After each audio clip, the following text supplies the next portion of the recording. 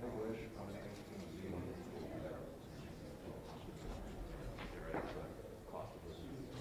the middle of the school year. Yeah, we're using today too.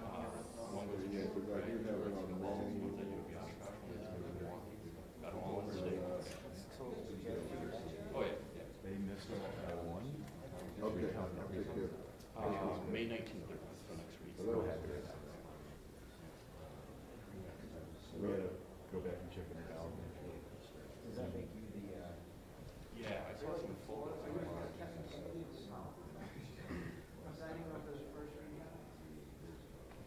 how many questions did you ask? Are we on? Everyone's like 5:45? Yeah. A few more minutes, sorry.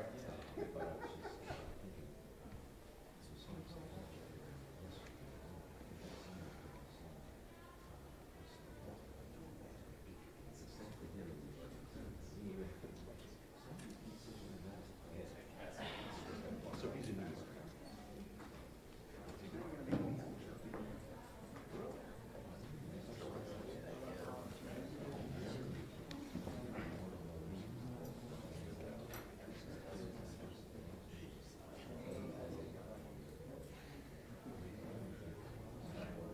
That's great that he got a job out of college. Well, probably loves it.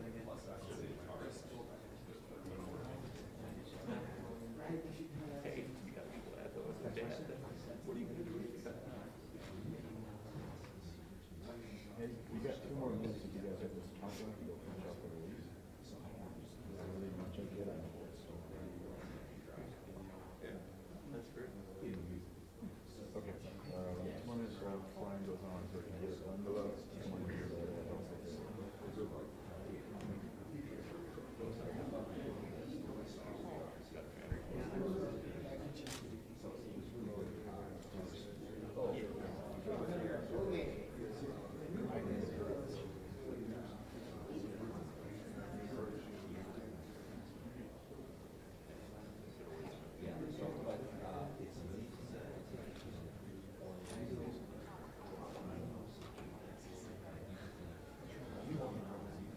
He adapts. Which is good. Raising him right. Yeah, like the bird.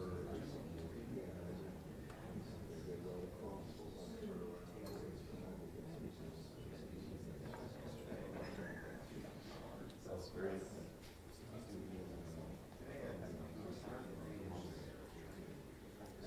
The one and only. I'm trying to remember names most of the time. Yes, yeah. From that one.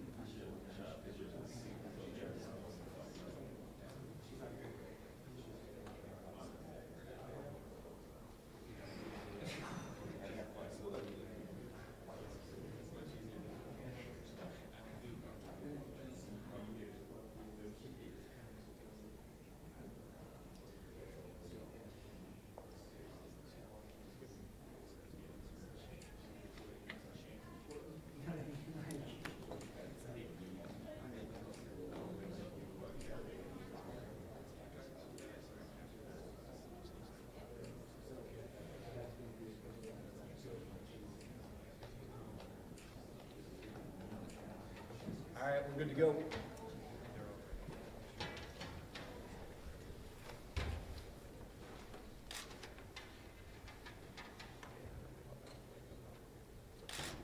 Press conference.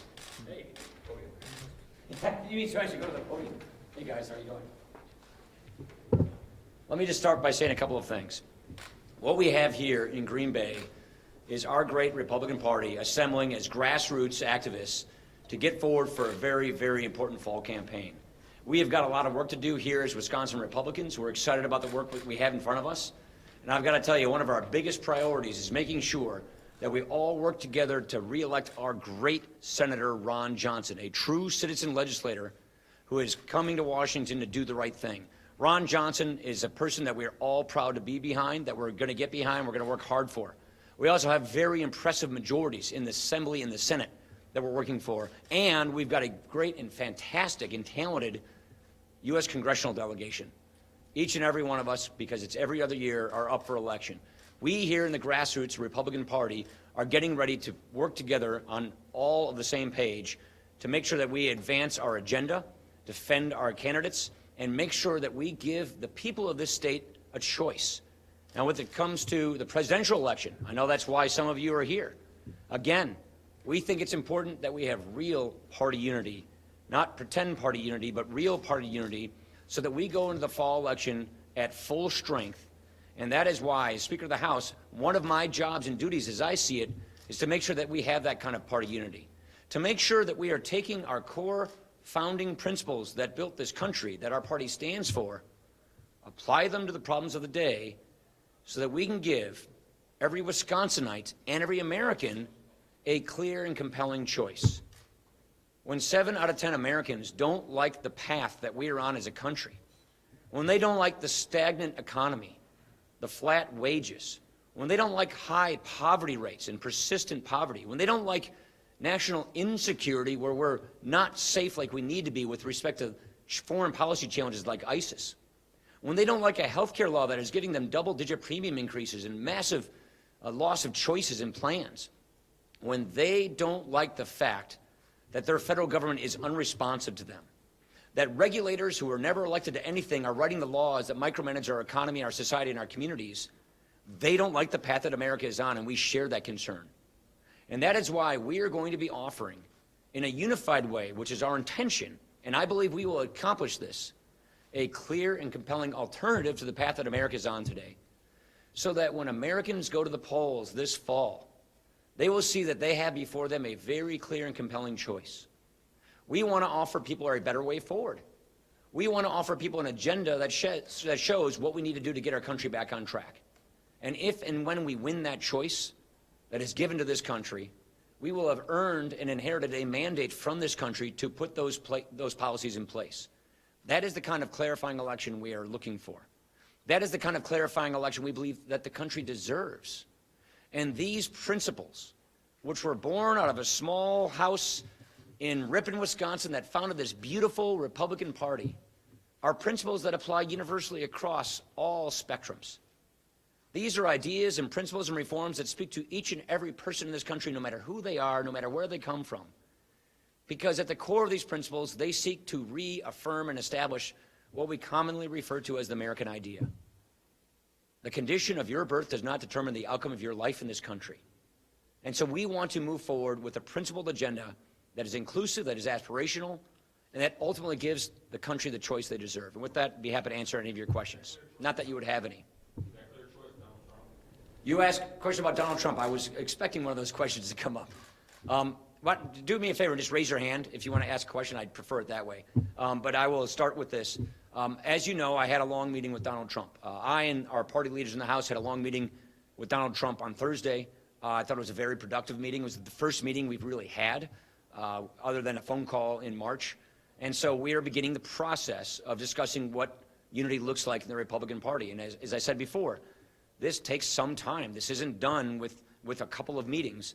This takes some time. Our teams are meeting next week to go over the deeper meaning of the policies that we've been talking about, which come from the principles that we universally share as Republicans. I think there are some issues we wanted to talk about, principles that we wanted to talk about, that we did discuss, and the kind of campaign we want to see going forward. It is no secret that Donald Trump and I have had some disagreements. It's no secret that we've from time to time clashed on an issue or two. That happens with people. That happens with the Republicans. The question is, can we put together a process that really actually helps get our party unified so that we're at full strength in the fall? And based upon the meetings that we had on Thursday, I'm encouraged with the beginning of this process. Yeah. You said earlier that Ron Johnson is a person we're all proud to be behind. Is that something that you'd be able to describe Donald Trump as at some point in the process? Or? Like I said, this is a process that we still have some time to go. We want to work together to make sure that we can put our party in a unity position and not pretend unity, but have real unity. And that is why we're discussing about the principles and policies that come from them. But with respect to Ron Johnson, we know Ron Johnson. You all know Ron Johnson. Ron Johnson has been with us for nearly 6 years as a senator fighting for what we believe in. And by the way, he's a very effective senator. Ron Johnson, as chairman of the Homeland Security Committee, is in a critical role as far as safeguarding our securities in the U.S. Congress. And that's why I'm saying we're very proud to stand behind him. Charles. The convention is, I believe, 2 months from Wednesday. What is your timeline to have full-strength unity? And what does that definition mean to you, full strength? As you know, the Bushes have said they cannot back Donald Trump, and others have said it as well. So what do you mean by full strength? It's a good question. I don't have a specific timeline in mind. What I mean when I say full strength is, I think that there are just some critical principles that unify all Republicans: the Constitution, the proper role for the executive, the principles that basically built this country that our party stands for: liberty, freedom, free enterprise, self-determination, government by consent of the governed. We are a party that accepts and includes many pro-choice people, but we are a majority pro-life party. Those are principles that are very important to our party that we want to make sure are upheld going forward. So those are the kinds of principles that I talk about when I talk about unifying principles of Republicans. We will have policy disputes, no two ways about it. Look, as I mentioned before, Mitt Romney and I didn't agree on every policy matter. So good Republicans will disagree with one another on various policy ideas. But we also want to make sure that we have the kind of campaign going forward that is appealing and unifying. Donald Trump should be given a ton of credit for advancing and widening the playing field. He is bringing new voters to the Republican Party by the millions, and that's very impressive. What we want to make sure going forward is that we're doing nothing but adding voters to the Republican Party column and not doing anything that subtracts voters going forward. Just a quick follow-up on that, though. So you said no timeline, but do you think you have to have this worked out by the convention? Look, I'm not going to give a specific timeline to this. I don't, and I can't speak for what other people are going to do. All I can say is, let's not pretend that 1 or 2 weeks after one of the most divisive primaries we've had in the modern era, that everyone is unified and on the same page. To pretend to do that and fake it means we go into the fall, like I said, at half strength. So let's air our differences. Let's get an understanding of each other. Let's talk about what we think are the principles that need to be held on to that unify us, and the policies going forward, so we can offer an agenda and the kind of campaign we want to see going forward. That conversation takes some time. I don't know exactly how long it takes, but I think it would just be folly for us to assume after this big divisive primary that everybody's going to come together right away. That's not the way it works, and we shouldn't pretend it. Let me say one thing. I'm glad that Republicans are where we are right now because we're on our way to unifying. The Democrats are still ripping each other apart. Bernie Sanders is banking wins to this day. So I think that the Republicans are farther along in this unification process than the Democrats are, and they've got a long ways to go too.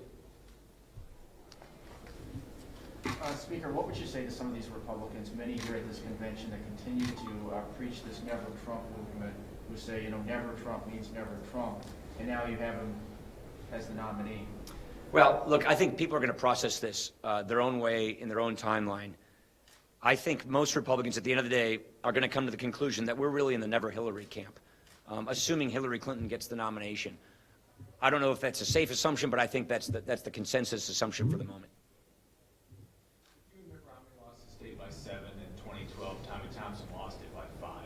Can Ron Johnson win Wisconsin without Trump winning there? Yes. We typically our statewide representatives run ahead of the ticket no matter what the ticket is. So I have every bit of confidence that Ron Johnson is going to outperform. He's going to get the biggest statewide vote count of any Republican in the state, I believe. He is the big statewide race. Am I missing one? I don't think there is one other than Treasury or something like that. So I believe Ron Johnson will run ahead of the ticket, which is typically the story, like you just said with Tommy versus Romney. So I believe Ron Johnson will run ahead of the ticket. The reason is everybody knows Ron Johnson here. And it's really kind of just a rematch. We all know Russ Feingold as well. Look, Russ is a friend of mine. I grew up in the same neighborhood with him. But it's really clear the difference. And I don't think people are going to want to send Russ back when they have a guy that they know is fighting for them and advancing the principles that they care about. Oh, I got time for one more question. No ladies? No? All right. Go ahead. Do you believe that Donald Trump is someone that your kids can look up to? Well, I think the question is, where are we going from here? I'm not interested in litigating the campaign going into the past. I'm not focused on wading into the day-by-day commenting, internet back and forth. I'm interested in preserving policies and principles that unify us and that give the country a clear choice. And you know what my kids really care about? What kind of country are they going to get in the future? What matters to my kids, and what matters to me as the parent of my kids, is are we fixing the problems that are confronting our nation today so that our children and our grandchildren can be better off tomorrow? We have this beautiful thing that we've always called the American legacy. Each generation takes on the challenges before it so that our kids are better off. We have always done that. We have never severed that legacy. But we know without a shred of doubt, because of the debt and the deficits, because of the economy, because of the healthcare law, because of all this runaway government where we're losing control of our own government, that our kids are in for an inferior future. That's what matters to my kids the most, and that's why we have to fight and unify. Thank you very much. Appreciate it.